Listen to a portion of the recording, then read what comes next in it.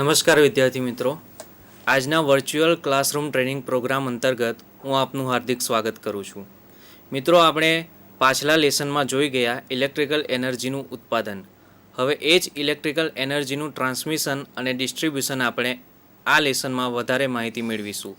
આજના લેસનનું નામ છે ટ્રાન્સમિશન અને ડિસ્ટ્રીબ્યુશન.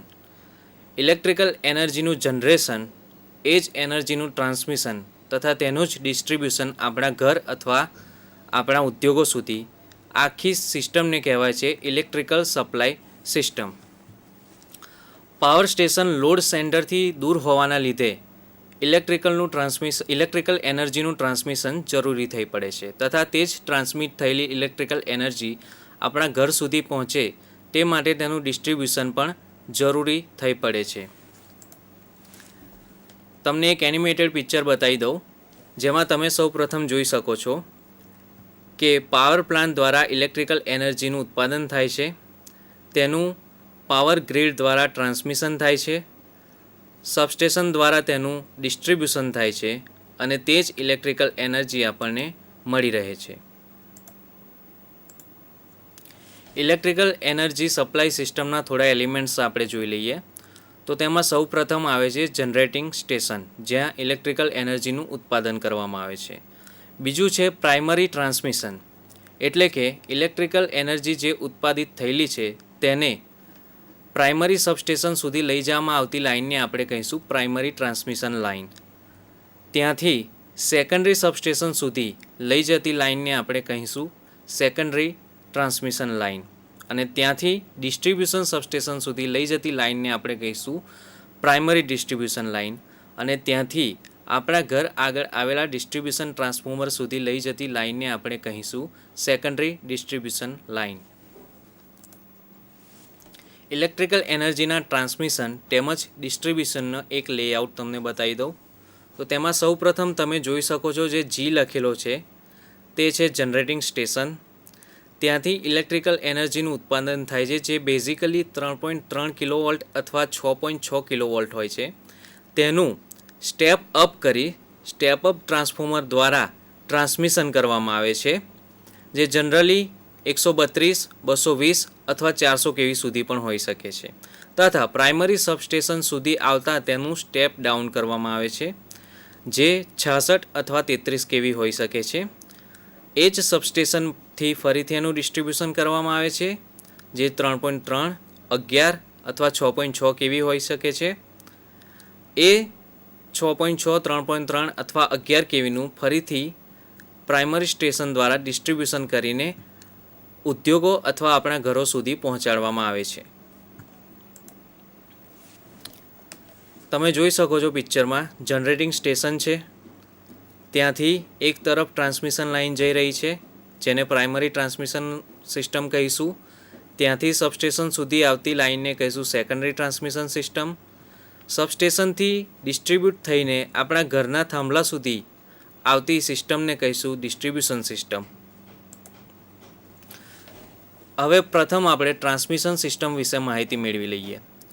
પાવર સ્ટેશન જનરેટિંગ સ્ટેશનથી લોડ સેન્ટર અથવા મોટા ઇન્ડસ્ટ્રીયલ કન્ઝ્યુમર સુધી મોટા જથ્થામાં ઇલેક્ટ્રિકલ એનર્જીનો જો સપ્લાય પૂરો પાડવામાં આવે તો તેવી સિસ્ટમને ટ્રાન્સમિશન સિસ્ટમ કહેવામાં આવે છે. ટ્રાન્સમિશન સિસ્ટમના મુખ્યત્વે બે ભાગ છે, પ્રાઇમરી ટ્રાન્સમિશન અને સેકન્ડરી ટ્રાન્સમિશન, જે આપણે હમણાં જોઈ ગયા. તથા તેના બે પ્રકાર છે, એસી ટ્રાન્સમિશન અને ડીસી ટ્રાન્સમિશન. એટલે કે એસી પાવર પણ ટ્રાન્સમિટ થઈ શકે છે અને ડીસી પાવર પણ ટ્રાન્સમિટ થઈ શકે છે. હવે સૌ પ્રથમ આપણે ડીસી ટ્રાન્સમિશન લાઇનના પ્રકાર જોઈશું, જેમાં પહેલું છે ડીસી 2 વાયર સિસ્ટમ, જેમાં પોઝિટિવ અને નેગેટિવ ટર્મિનલ માટે 2 વાયર આપવામાં આવે છે. બીજું છે મિડ પોઈન્ટ અર્થ ટાઈપ ડીસી 2 વાયર સિસ્ટમ. હવે જે પહેલાં આપણે જોયું ડીસી 2 વાયર સિસ્ટમમાં કાં તો પોઝિટિવ અથવા નેગેટિવ બેમાંથી એક વાયર અર્થ કરેલો હોય છે, જેના કારણે તેમાં કોપર મટીરિયલ વધારે વપરાય છે. બીજો પ્રકાર છે મિડ પોઈન્ટ અર્થ ટાઈપ ડીસી 2 વાયર સિસ્ટમ, જેમાં બંને વાયરને કમ્બાઈન કરી એના મિડ પોઈન્ટથી અર્થિંગ આપવામાં આવે છે, જેમાં કોપર ઓછું વપરાય છે. એસી ટ્રાન્સમિશન લાઇન, જેમાં સૌપ્રથમ પ્રકાર છે એસી 3 ફેઝ 3 વાયર સિસ્ટમ, જેમાં 3 ફેઝ સીધા જ કન્ઝ્યુમર સુધી પહોંચાડવામાં આવે છે. બીજું છે એસી 3 ફેઝ 4 વાયર સિસ્ટમ, જેમાં 3 ફેઝ અને ન્યુટ્રલ બંને થઈને 4 વાયર ટોટલ કન્ઝ્યુમર સુધી પહોંચાડવામાં આવે છે. એસી સિંગલ ફેઝ 2 વાયર સિસ્ટમ, જેમાં ફેઝ અને ન્યુટ્રલ જે આપણા ઘર સુધી આવે છે તેને કહીશું એસી સિંગલ ફેઝ 2 વાયર સિસ્ટમ. એમાં વધારાનું પણ હોઈ શકે છે કે એસી સિંગલ ફેઝ 3 વાયર સિસ્ટમ, જેમાં 2 ફેઝ અને 1 ન્યુટ્રલ એમ 3 વાયરનું ટ્રાન્સમિશન કરવામાં આવે છે. તથા સેમ આપણે જેમ ડીસી સિસ્ટમમાં જોયું તેમ એસીમાં પણ મિડ પોઈન્ટ અર્થ ટાઈપ એસી સિંગલ ફેઝ 2 વાયર સિસ્ટમ ઉપયોગમાં લેવામાં આવે છે, જેમાં ફેઝ અને ન્યુટ્રલ કમ્બાઈન એક મિડલ પોઈન્ટમાંથી અર્થિંગ કરેલું હોય છે. ટ્રાન્સમિશન લાઇનનું વર્ગીકરણ તો એની લંબાઈના આધારે જોઈએ. 80 કિલોમીટર કરતાં ઓછી લંબાઈ ધરાવતી ટ્રાન્સમિશન લાઇનને આપણે શોર્ટ લાઇન કહીશું. 80 કિલોમીટરથી 160 કિલોમીટર લંબાઈ ધરાવતી લાઇનને મીડિયમ લાઇન કહીશું તથા 160 કિલોમીટર કરતાં વધારે લંબાઈ ધરાવતી લાઇનને લોંગ ટ્રાન્સમિશન લાઇન કહીશું. ટ્રાન્સમિશન લાઇનના એલિમેન્ટ્સ, જેમાં પહેલું છે સ્ટેપ અપ ટ્રાન્સફોર્મર, બીજું છે લાઇન સપોર્ટ, ત્રીજું છે લાઇન ઇન્સ્યુલેટર, ચોથું છે કંડક્ટર, પાંચમું છે સ્ટેપ ડાઉન ટ્રાન્સફોર્મર અને છેલ્લે આવે છે પ્રોટેક્ટિંગ ડિવાઇસ. મિત્રો, તમે જોઈ શકો છો સ્ટેપ અપ ટ્રાન્સફોર્મર જનરેટિંગ સ્ટેશનમાંથી ઇલેક્ટ્રિકલ એનર્જી જે ઉત્પન્ન થઈ તે ઓછા વોલ્ટેજ રેટિંગ ધરાવતી હોય છે અને તેને વધુ વોલ્ટેજ રેટિંગમાં ટ્રાન્સમિટ કરવા માટે સ્ટેપ અપ ટ્રાન્સફોર્મરનું તેમાં સ્ટેપ અપ કરવામાં આવે છે અને એ જ વોલ્ટેજ સ્ટેપ અપ થઈને ટ્રાન્સમિશન લાઇન સુધી આપણને મળી રહે છે. લાઇન સપોર્ટ, જેના વિશે આપણે જાણીએ જ છીએ કે સ્ટીલ ટાવર, જેમાં ટ્રાન્સમિશન લાઇન લગાવવામાં આવેલી હોય છે અને તેમાંથી કેબલ પસાર થઈ રહેલા હોય છે અને એ કેબલમાંથી ઇલેક્ટ્રિકલ એનર્જી આપણા સબસ્ટેશન સુધી આપણને મળી રહે છે. ટ્રાન્સમિશન ટાવરના થોડા પ્રકાર છે વોલ્ટેજના આધારે, એમાં જોઈ લઈએ તો પહેલો સ્ટીલ ટાવર તમને દેખાય છે તેમાં આપણે 400 kV સુધીના વોલ્ટેજ ટ્રાન્સમિટ કરી શકીએ છીએ. બીજો દેખાય છે તેમાં 220 kV સુધીના વોલ્ટેજ ટ્રાન્સમિટ કરીએ છીએ. ત્રીજો દેખાય છે તેમાં 132, 66 kV, 11, 6.6 અથવા 3.3 kV, જે છેલ્લા બે તમને દેખાઈ રહ્યા છે જે મેઇનલી ડિસ્ટ્રીબ્યુશનમાં કામમાં આવે છે અને પહેલા 4 તમને દેખાય છે એ ટ્રાન્સમિશન લાઇનમાં કામમાં આવે છે. લાઇન કંડક્ટર્સ, જે થાંભલા ઉપર લગાયેલા કંડક્ટર્સ તમે જોયા છે તે આ પ્રકારના હોય છે, જેમાં બંધારણ હોય છે કે કંડક્ટર્સની આજુબાજુ રેઇનફોર્સ કરીને એને સ્ટ્રેન્ડ કરવામાં આવે છે. એટલે મીન્સ કે આપણે ધારો કે કપડાં એને સૂકવતા હોઈએ તો એને સ્ટ્રેન્ડ કરીએ છીએ નીચોવવા માટે, એવી રીતે કંડક્ટર સ્ટ્રેન્ડ કરેલા હોય છે અને એની વચ્ચે જે વિદ્યુત પ્રવાહ માટે જરૂરી કંડક્ટર છે એ મૂકવામાં આવે છે. તમે જોઈ શકો છો કે આ કોપર મટીરિયલ ધરાવતો કંડક્ટર છે, તેની આજુબાજુ સ્ટ્રેન્ડ કરેલી સ્ટ્રીપ છે. બીજું એલિમેન્ટ છે લાઇન ઇન્સ્યુલેટર. હવે કેબલ અને થાંભલા ડાયરેક્ટ સંપર્કમાં આવે તો થાંભલામાં સીધો આપણને કરંટ ઉતરી શકે છે અને નીચે નુકસાન કરી શકે છે. તેના માટે થાંભલા અને કેબલ વચ્ચે ઇન્સ્યુલેટર લગાવવામાં આવે છે અને ઇન્સ્યુલેટર એ વિદ્યુતના અવાહક મટીરિયલ હોય છે, એટલે થાંભલા અને કેબલનો સંપર્ક એના લીધે નહિવત બને છે. લાઇન ઇન્સ્યુલેટરમાં પ્રકાર છે, પહેલો જુઓ છો પિન ટાઈપ ઇન્સ્યુલેટર, જેમાં ઇન્સ્યુલેટરની ઉપરથી કેબલ પસાર કરવામાં આવે છે.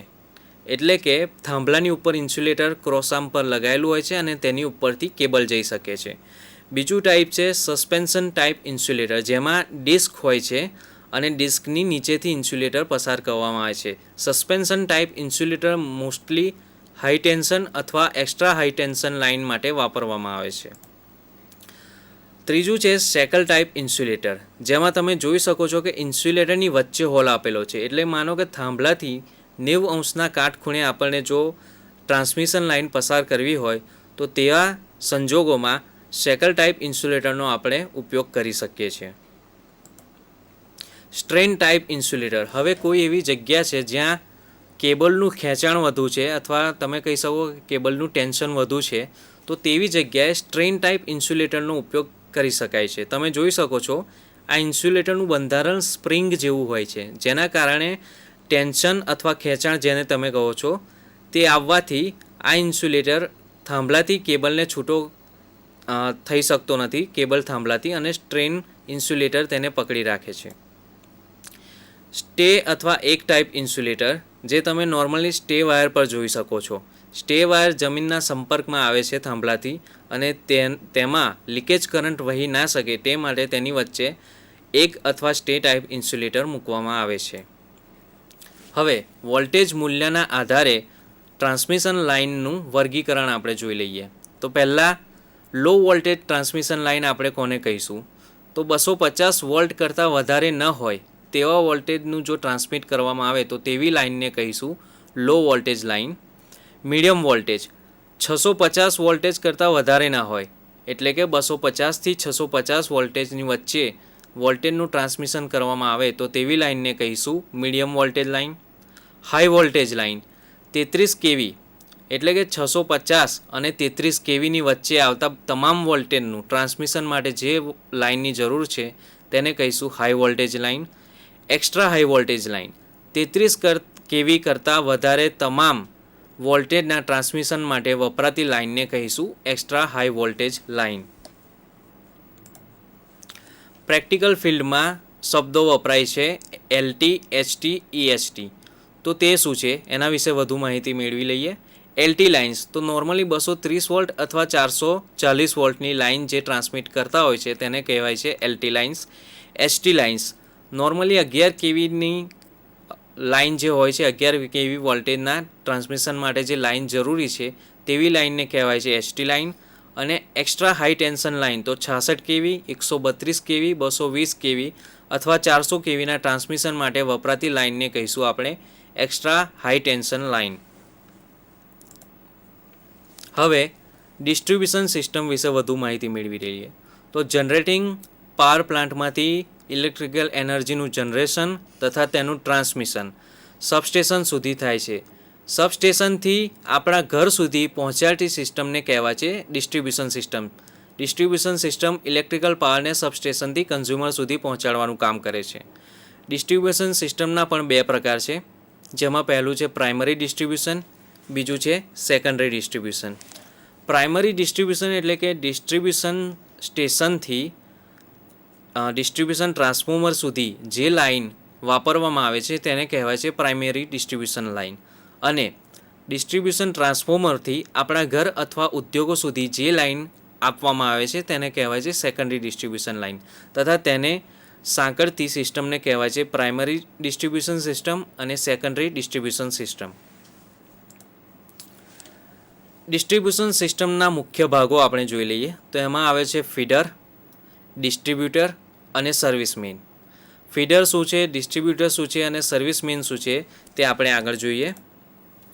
તમને એક પિક્ચર દેખાય છે જ્યાં જનરેટિંગ સ્ટેશન છે, તેમાંથી પાવર ગ્રીડ દ્વારા વોલ્ટેજનું સ્ટેપઅપ કરવામાં આવે છે.